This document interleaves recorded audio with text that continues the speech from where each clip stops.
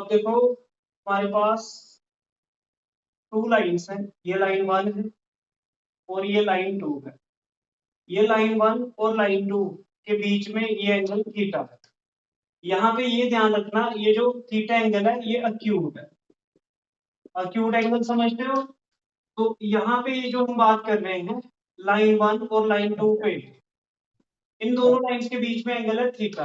अब theta angle की क्या कंडीशन है कि ये थीटा जो है ये अक्यूट एंगल है। अक्यूट मतलब greater than 0 degree, less than 90 degree. ठीक है। उसके बाद हमें ये अगर अक्यूट एंगल निकालना हो दो लाइंस के बीच में, अब जो लाइन 1 है ना इसकी स्लोप है m1 और जो लाइन 2 है इसकी स्लोप है m2, और मेरे को अगर ये थीटा एंगल निकालना हो, ठीक है, अगर मेरे को अक्यूट एंगल थीटा निकालना हो between two lines L1 and L2 having slope m1 and m2, ये एंगल निकालने का फॉर्मूला होता है, अक्यूट एंगल निकालने का फॉर्मूला होता है tan थीटा मॉडुलस दोनों की स्लोप का डिफरेंस डिवाइड में 1 प्लस दोनों की स्लोप का प्रोडक्ट। कहीं कहीं पे m1 माइनस m2 लिखा होगा, कहीं कहीं पे m2 माइनस m1 लिखा होगा। आप जो मर्जी पहले लिखो, आंसर सेम आए, क्योंकि मॉडुलस का काम क्या है, नेगेटिव को पॉजिटिव में कन्वर्ट कर ही देगा। तो ये कौन सा फॉर्मूला है, ये tan थीटा निकालने का फॉर्मूला। tan थीटा मतलब क्या, ये एंगल अगर हमें कभी भी अक्यूट एंगल फाइंड करना हो दो लाइंस के बीच में जिनकी स्लोप m1 और m2 हो, तो ये क्या होता है फॉर्मूला इस एंगल निकालने का, tan theta equals to modulus of m2 minus m1। m2 मतलब slope of second line minus m1 मतलब slope of first line divided by 1 plus m1 into m2। m1 मतलब क्या, पहली लाइन की स्लोप, और m2 मतलब क्या, सेकंड लाइन की स्लोप। तो ये टॉपिक है एंगल बिटवीन टू लाइंस। अब आपके दिमाग में दूसरी चीज ये आनी चाहिए, सर ये तो समझ में आ गया, अगर अक्यूट एंगल निकालना होगा तो हम लोग ये फॉर्मूला लगा लिया करेंगे, लेकिन अगर वो बोले ऑब्ट्यूज एंगल निकालना है तो ऑब्ट्यूज एंगल कौन सा होगा पता है, बोलो। तो ऑब्ट्यूज एंगल अगर निकालना होगा, ऑब्ट्यूज एंगल मतलब 180 डिग्री से छोटा और 90 डिग्री से बड़ा। ठीक है, मतलब बिटवीन 180 डिग्री एंड 90 डिग्री। तो उसको अगर निकालना होगा, उसको कैसे निकालेंगे, तो मतलब फाइन, उसके लिए नया फॉर्मूला लगाना। आपको यही अक्यूट एंगल निकालना है। आपको पता है अगर ये एंगल थीटा है और ये जो फाई है ये ऑब्ट्यूज एंगल है, अब इसको निकालना हो कैसे आएगा, आपको पता है इन दोनों का सम 180 डिग्री होगा। Theta plus phi equals to 180 degree. कैसे, लीनियर पेयर से। तो अब मेरे को फाई निकालना तो कैसे आ जाएगा, 180 डिग्री प्लस का थीटा ट्रांसपोज होके माइनस का थीटा। तो मैं क्या किया करूंगा, मैं अक्यूट एंगल ही निकालूंगा। अगर ऑब्ट्यूज बोलेगा तब भी मैं अक्यूट एंगल निकालूंगा इस फॉर्मूले से। बाद में मैं क्या करूंगा, ध्यान से सुनना, बाद में मैं क्या करूंगा, थीटा प्लस फाइव 180 डिग्री होता है, तो इसका यूज करके फाइव की वैल्यू निकाल लूंगा। ऑब्ट्यूज भी मिल जाएगा और अक्यूट भी मिल जाएगा इसी एक फॉर्मूले से। क्या ये बात समझ में आई? Yes sir. इसको नोट करो पहले, अब इस पर एक एग्जांपल करवा।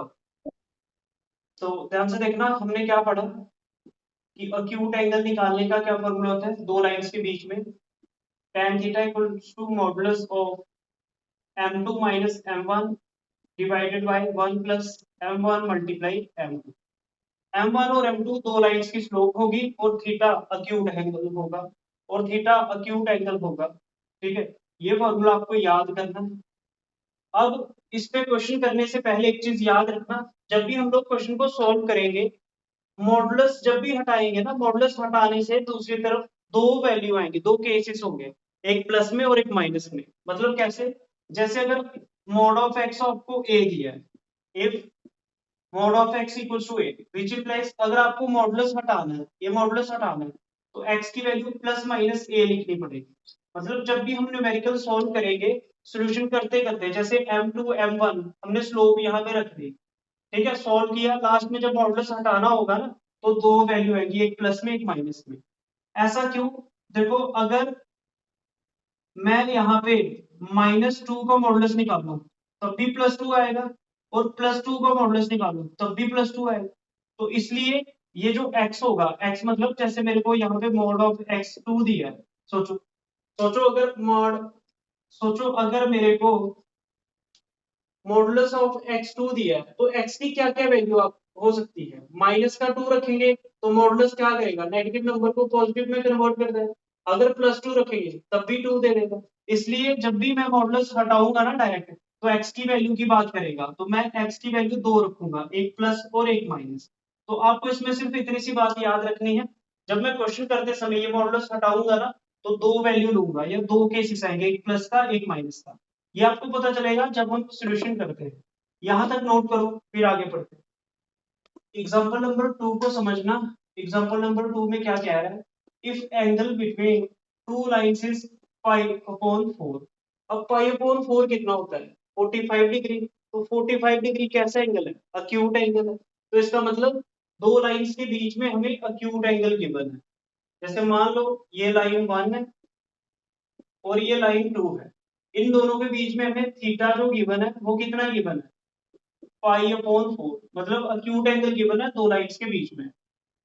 And slope of one of the line is 1/2।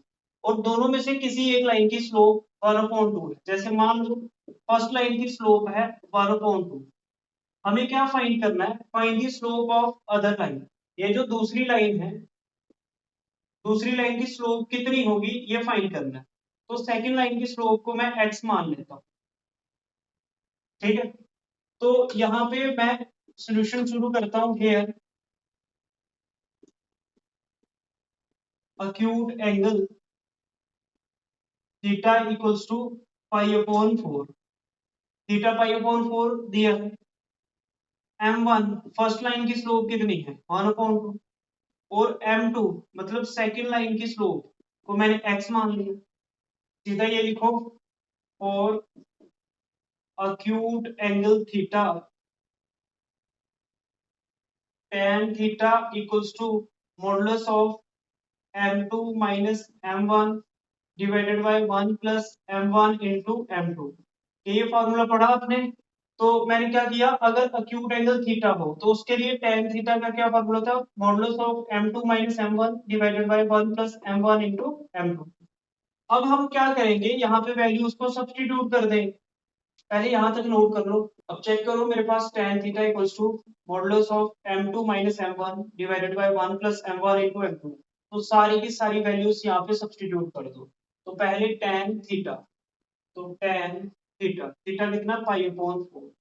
तो tan pi upon 4 equals to modulus of m2, m2 मतलब सेकंड वाली स्लोप जिसको मैंने x सेट किया था, माइनस m1, m1 मतलब फर्स्ट वाली स्लोप वो कितनी थी 1/2 divided by 1 plus m1 into m2।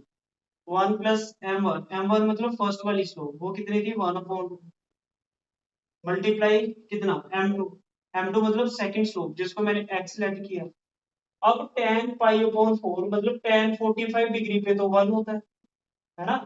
tan pi upon 4 पे कितना होता है, 1 होता है, पता है ना। Yes sir. ठीक है। अब ये मॉडुलस, अब x माइनस 1/2। अब इसको अगर आपको सॉल्व करना हो, x माइनस 1/2, आपको पता है जब भी माइनस दिखे, दो फ्रैक्शन दिखे क्रॉस मल्टीप्लाई, 2 इंटू एक्स कितना 2x, फिर बीच में माइनस का साइन 1 इंटू 1 कितना 1 डिवाइडेड बाय 2 1 सा 2। तो मतलब न्यूमरेटर में 2x माइनस 1/2 आएगा। इसको सॉल्व करके आएगा 2x माइनस 1/2। फिर मेन डिवाइड, अब ये है 1 प्लस x इंटू 1 कितना x डिवाइडेड बाय 2। यहाँ पे 1 इक्वल्स टू न्यूमरेटर में आ रहा है 2x माइनस 1 डिवाइड बाय 2। अब बीच में प्लस आ गया, जैसे यहाँ पे देखो ये मेरे पास है 1 प्लस कितना आ रहा है x अपॉन 2। तो इसके नीचे कुछ नहीं तो 1। दो फ्रैक्शन के बीच में प्लस दिखे तब भी क्रॉस मल्टीप्लाई, 2 1 जा 2, फिर प्लस 1 इंटू एक्स कितना x डिवाइड बाय 2 1 जा 2, मतलब 2 प्लस एक्स या x प्लस 2 अपॉन 2 आ। तो इसको सोल्व करके आएगा 2 प्लस एक्स अपॉन में 2, और यहाँ पे मॉडुलस। सेकंड और फोर्थ टर्म कैंसिल हो जाती है। सेकंड और फोर्थ टर्म क्या हो जाती है, कैंसिल। अगर first second third fourth four terms हो, सेकंड और फोर्थ टर्म अगर सेम हो तो ये कैंसिल हो जाते हैं। ठीक है, यहां तक नोट करो। अब नेक्स्ट समझना, यहाँ पे मेरे पास क्या है, left hand side 1 equals to second और फोर्थ टर्म जब कैंसिल हो गई तो न्यूमरेटर में बचा 2x minus 1 divided by 2 plus x, यहाँ पे मॉडुलस। आपको मैंने इंट्रोडक्शन में बताया था अगर मॉडुलस हटाना है ना तो इस तरफ दो साइन आएंगे, एक प्लस का 1 और माइनस का 1। ठीक है, जैसे स्क्वायर दूसरी तरफ जाके रूट बनाता है और दो साइन देता है, एक प्लस का और माइनस का। ऐसे याद रख लो जो मॉडुलस है ना, अगर मॉडुलस हटाओगे तो दूसरी तरफ दो साइन आएंगे, एक प्लस के साथ एक माइनस के साथ। अगर मॉडुलस हटाना है तो यहाँ पे आएगा plus minus 1 equals to 2x minus 1 divided by 2 plus x. अब दो केस में सॉल्व करो। केस 1, जब ये आप 2x minus 1 upon 2 plus x का मतलब x प्लस 2, आप इसको 1 के इक्वल लिखोगे। और केस सेकेंड, जब यही term 2x minus 1 divided by 2 plus x, इसको माइनस 1 के इक्वल लिखोगे। ठीक है, अब इसको क्रॉस मल्टीप्लाई करेंगे, जब भी इक्वल्स टू का साइन दिखे, ये फ्रैक्शन पूरी फ्रैक्शन के नीचे डिवाइड, तो इसके नीचे कुछ नहीं तो 1, क्रॉस मल्टीप्लाई करना है, इसको इधर। तो 1 को 2x माइनस 1 से करोगे आएगा 2x माइनस 1, फिर x प्लस 2 को जब 1 से करोगे आएगा x प्लस 2। ठीक है, अब x वाली टर्म एक तरफ ले जाएंगे, 2x प्लस का x ट्रांसपोज ओके माइनस का x, यहाँ पे बचा 2, ये 2 बचा, और माइनस का 1 इधर ले आओ, प्लस का 1, 2x माइनस x, तो x बचा, 2 प्लस 1 कितना 3, तो x की वैल्यू 3 आ गई।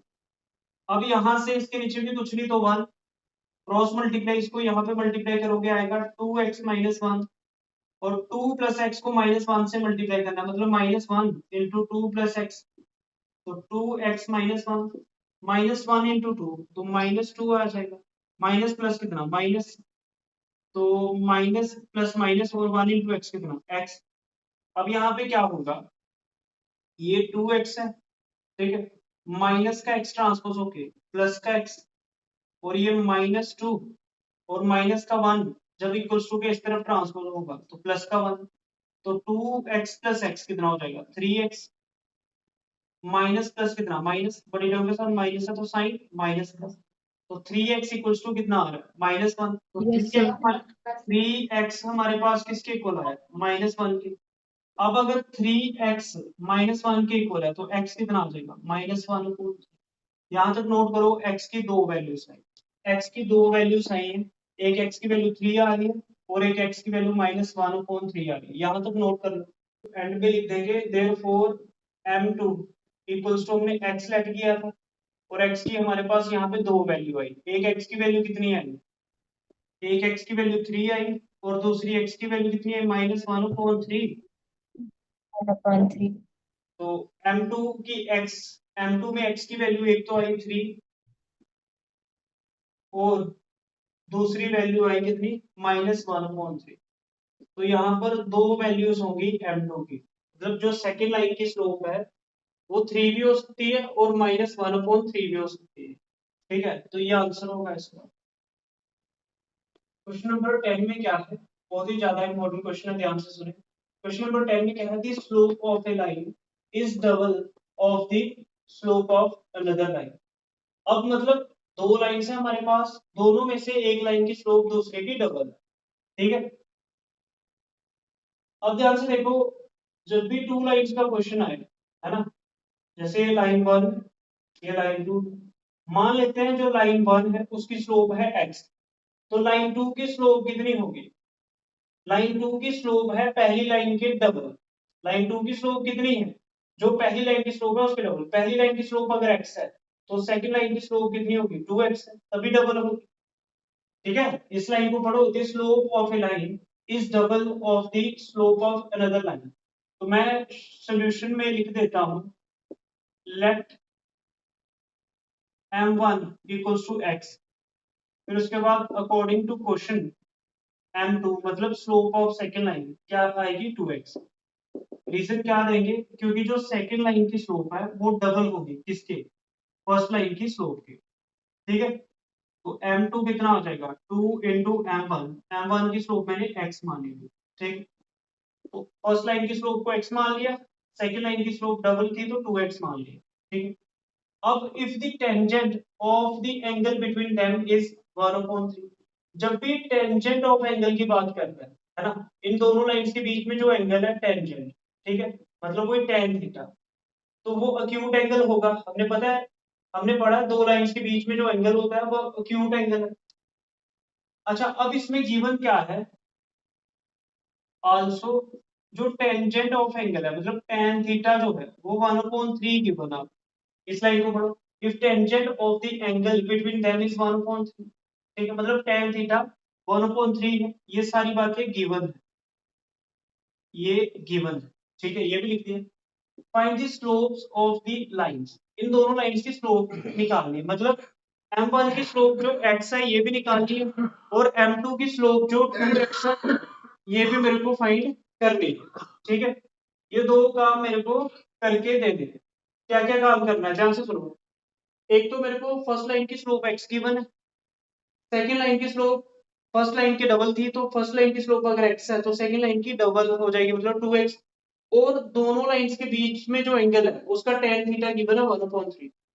अब मैं अक्यूट एंगल वाला फॉर्मूला यूज कर सकता हूँ, ठीक है। तो वो क्या होता है, using tan theta equals to modulus of m2 minus m1 divided by 1 plus m1 into m2। क्या ये फॉर्मूला पढ़ा आपने? Yes, sir. अब tan थीटा कितना गिवन है, 1/3 equal to modulus of m2 minus m1। m2 कितना है 2x minus m1 कितना है x divided by 1 plus m1 into m2। 1 plus m1 मतलब फर्स्ट लाइन की स्लोप, वो x मानी, मल्टीप्लाई m2 मतलब सेकंड लाइन की स्लोप, उसको मैंने 2x माना, ठीक है। यहां तक नोट करो।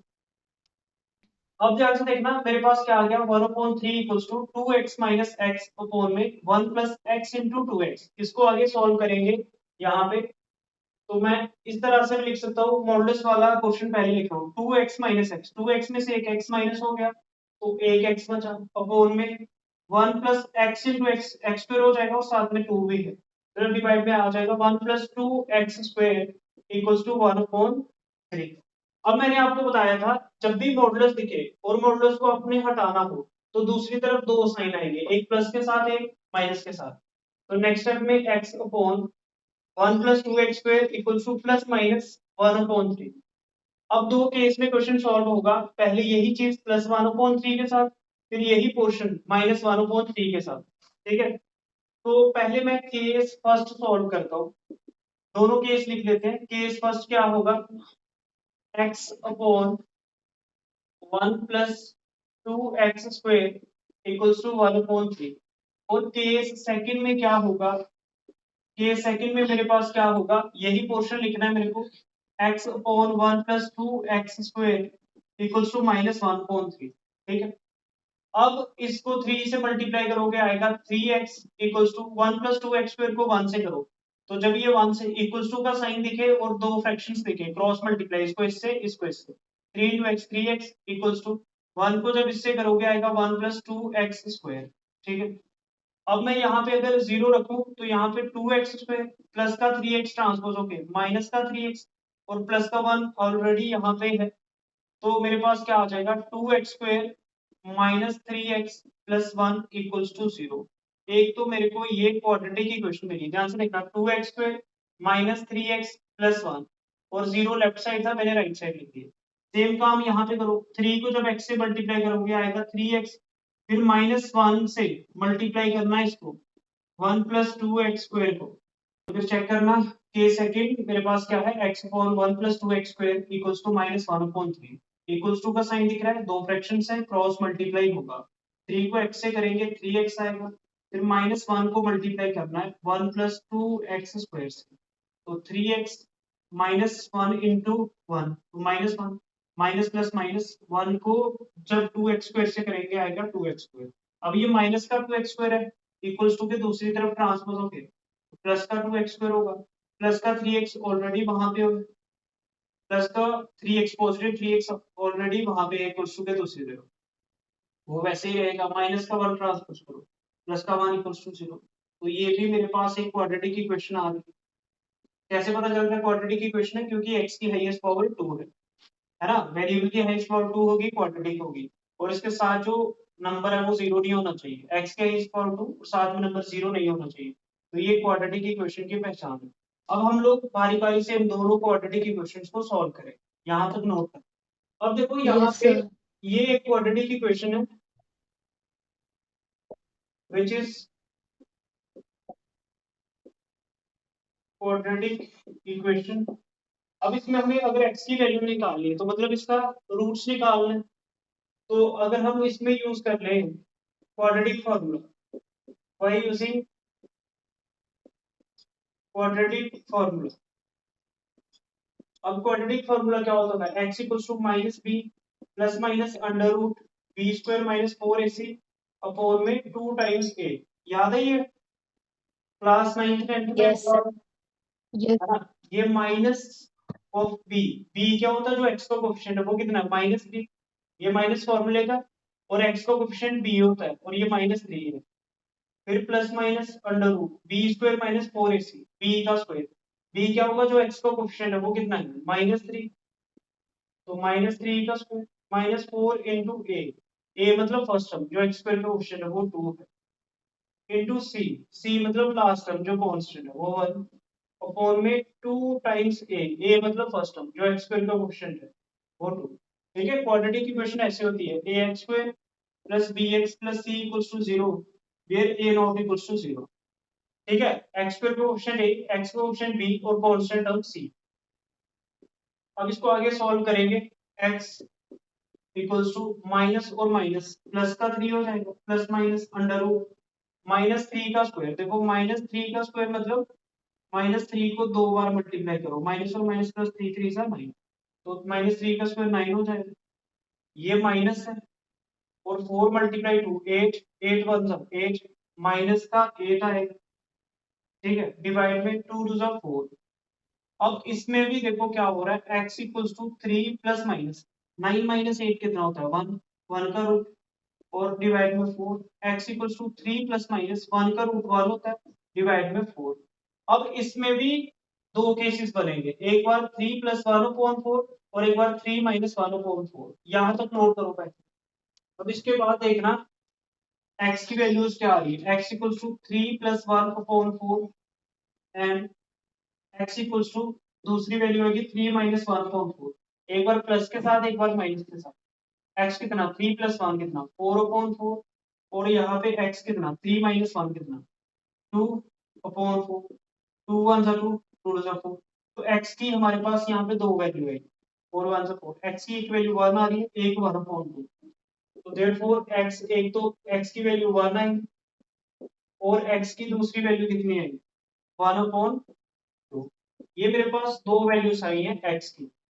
अब x था क्या, हमने जो m1 था वो x माना था, m1 मतलब slope of first line x मानी थी और x की वैल्यू कितनी आ रही है, x की वैल्यू 1 आ रही है, तो इसका मतलब m1 x भी है और m1 की में x की वैल्यू दूसरी 1/2 है। तो फर्स्ट लाइन की जो दो स्लोप्स आ रही है एक 1 है और दूसरी 1/2।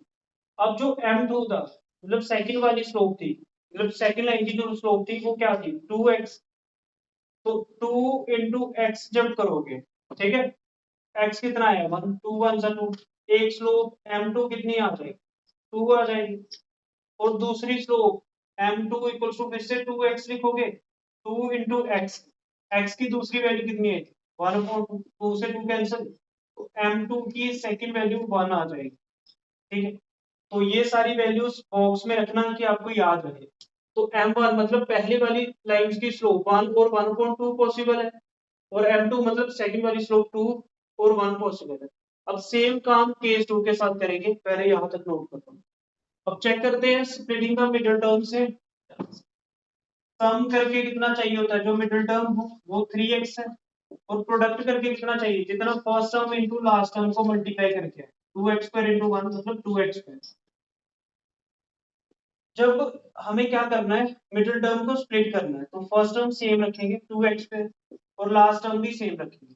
मिडिल टर्म को ऐसे तोड़ो कि प्लस करके 3x बने और मल्टीप्लाई करके 2x स्क्वायर बने। जैसे अगर मैं 2x प्लस एक्स करूं तो 2x प्लस एक्स कितना होता है 3x, तो सम सही है। प्रोडक्ट में अगर मैं 2x मल्टीप्लाई x कर दूं तो 2x स्क्वायर आएगा, तो प्रोडक्ट भी सही है। तो इसका मतलब 3x को कैसे तोड़ेंगे 2x प्लस एक्स करके, ठीक है। अब फर्स्ट दो टर्म्स में से कॉमन लो, 2x² है, यहाँ पे 2x है, तो 2x कॉमन आ जाएगा। जब 2x² में से 2x कॉमन आ गया तो x² था, एक x बचेगा, प्लस यहाँ पे 2x कॉमन आ गया तो 1 बचेगा, ब्रैकेट बंद कर देंगे। अब यहाँ पे अगर x+1 है तो दूसरा भी फैक्टर x+1 बचेगा, तो यहाँ से मेरे को +1 कॉमन लेना पड़ेगा, क्योंकि 1 into x 1x, plus into plus plus 1 into 1 1, मतलब अंदर मल्टीप्लाई करके सेम ही टर्म बननी चाहिए, x+1 इंटू x+1। तो अब x+1 को कॉमन ले लो, जब प्लस से पहले देखो x+1 और बाद में भी x+1 को कॉमन ले लोगे तो क्या बचेगा, 2x+1 इक्वल्स टू 0। बोलो यहाँ तक समझ आ रहा है, यहाँ तक समझ में आया। Yes sir. अब दो फैक्टर का प्रोडक्ट 0 तो कैसे लिखते हैं, आइदर x+1 इक्वल्स टू 0 और दूसरा फैक्टर 2x+1 इक्वल्स टू 0। यहाँ से x की वैल्यू एक -1 आएगी और यहाँ से 2x प्लस का 1 ट्रांसपोज होके -1, तो x की वैल्यू -1.2 आएगी। तो ये x की हमारे पास दोनों वैल्यूज आ गई, यहाँ तक नोट करो। अब देखो m1 मैंने x के इक्वल लेट किया था, तो x मेरा -1 आ रहा, इसका मतलब m1 -1 हो जाएगा। ठीक है, m1 मैंने x के इक्वल लेट किया था और x की दूसरी वैल्यू -1.2 है, इसका मतलब m1 की दूसरी वैल्यू -1.2 है। इसके साथ साथ m2 जो था ये 2x के इक्वल था, m2 किसके इक्वल हो जाएगा, 2 इंटू एक्स, एक्स कितना है -1, तो m2 कितना हो जाएगा 2 इंटू -1 मतलब -2। m2 किसके इक्वल गिवन था 2x के, अब 2 इंटू एक्स, एक्स की दूसरी वैल्यू कितनी थी -1/2, अब 2 से 2 कैंसिल, m2 कितना हो जाएगा -1। तो ये आंसर है आपका।